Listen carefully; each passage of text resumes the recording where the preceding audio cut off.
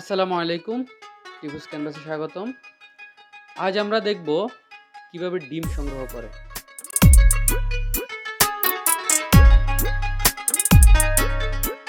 প্রতিদিনের মতো আজও আমাদের খামারের পরিশ্রমী কর্মীরা ব্যস্ত তাদের ডিম সংগ্রহে।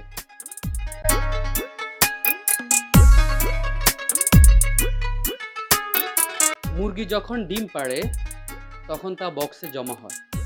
তারপর কর্মীরা যত্ন সহকারে একে একে ডিমগুলো সংগ্রহ করে এবং সাজিয়ে নেয় ট্রেতে।